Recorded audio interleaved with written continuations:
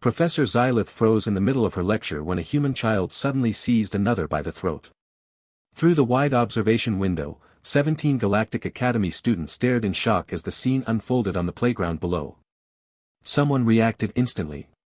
Gastora, a Centaur diplomat in training, stiffened as her tendrils locked in alarm. Xylith triggered emergency protocols, certain security intervention was required. Yet before any guards arrived, both human children burst into laughter. The child who had been grabbed twisted free, slammed into the other, and they tumbled across the ground, clearly enjoying themselves. "What kind of insanity is this?" whispered Torvin, a military scholar from the Draxus Confederacy. The observation chamber remained silent for nearly 3 minutes. Below, 30 human children between 6 and 10 years old engaged in behaviors that violated every principle of civilized conduct the students had been taught. "They are striking one another with spherical objects," observed Mayora, her voice deliberately calm but trembling. "And climbing structures engineered to maximize fall risk," added Corinth, whose species had evolved in zero gravity. "This would be considered criminal negligence." Professor Xylith slowly deactivated the alarm. Her 4 eyes blinked independently as she analyzed the situation. "This," she explained carefully, "is what humans call recess. It is unstructured social time between lessons." "Unstructured violence, you mean," Torvin corrected. Below them, a small human female swung herself upside down from a metal bar, dangling by her knees 15 feet above packed dirt. Instead of helping her, other children gathered to attempt the same feat. "They are testing injury limits," Torvin said quietly. "Measuring pain tolerance through controlled exposure." "No," Mayora protested. "That cannot be acceptable. These are juveniles." Xylith tapped her teaching tablet. "According to Earth educational doctrine, these activities develop coordination, social bonding, and confidence." "Confidence for what?" Corinth demanded. "Combat," Torvin replied flatly. The professor said nothing. Outside, the children continued their chaotic games, unaware that their behavior was redefining humanity in alien eyes. Below the observation window, a new game rapidly formed. Children sprinted across the playground, deliberately colliding with one another at full speed. The sound of impact echoed faintly through the reinforced glass. "They call that activity tag," Professor Xylith said quietly. "The goal is to pursue a target, make physical contact, and then reverse roles." "Hunter-prey conditioning," Torvin breathed. At that moment, one human boy climbed to the highest structure on the playground. He stood 20 feet above the ground and leapt into open air without hesitation. Mayora screamed. The child caught a suspended bar mid-fall, swung twice, released, and landed in a precise roll that dispersed his momentum flawlessly. "Has anyone else noticed," Corinth said slowly, "that no adult intervened?"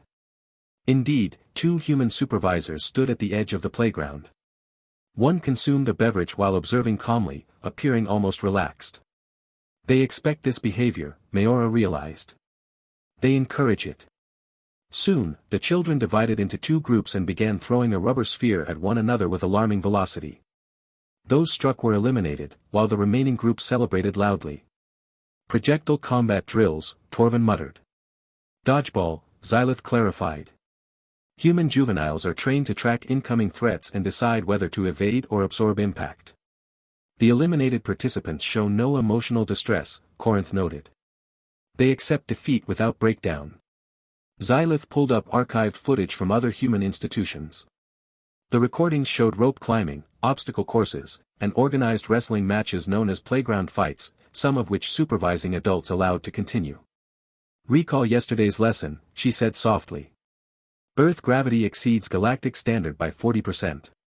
The students nodded. "And Earth's environment includes violent storms, electrical discharge, and temperature extremes lethal to most species." More nods followed, uneasy ones. "These children train in those conditions daily," Xylith continued. "They fall, collide, and strike each other thousands of times before adulthood." Torvin grew very still as the implications crystallized in his mind. "How many human children survive this training?" Mayora asked, already fearing the answer. 99.7%, Professor Xylith replied. "In their safest regions." The observation room fell silent. Below, a child no older than 7 executed a flip from a swing at maximum height, landed smoothly, and charged back into play without hesitation. We once wondered, Torvin said slowly, why human soldiers never break formation under fire. Why they advance when logic dictates retreat. Why pain compliance fails against them. They begin preparation in childhood, Corinth finished. Professor Xylith closed the observation shutters. Now you understand why the Galactic Council granted humanity full warrior caste status after only 50 years of contact. Any species that trains its young this way must never be underestimated. Mayora looked around at her classmates, a new understanding settling in. We teach our children to avoid conflict, she said quietly. Humans teach theirs to prevail. Correct, Xylith replied. Remember this when you assume diplomatic authority. Earth children at play experience stress levels exceeding most species' military training. Outside, a bell rang. The human children immediately formed neat lines and returned to their classrooms, laughing about who had won at tag. None appeared injured despite 30 minutes of controlled chaos. The alien students watched them leave, finally comprehending why humanity dominated every competitive field it entered. Some forms of training simply begin earlier than others. Please like and subscribe to the channel for more videos.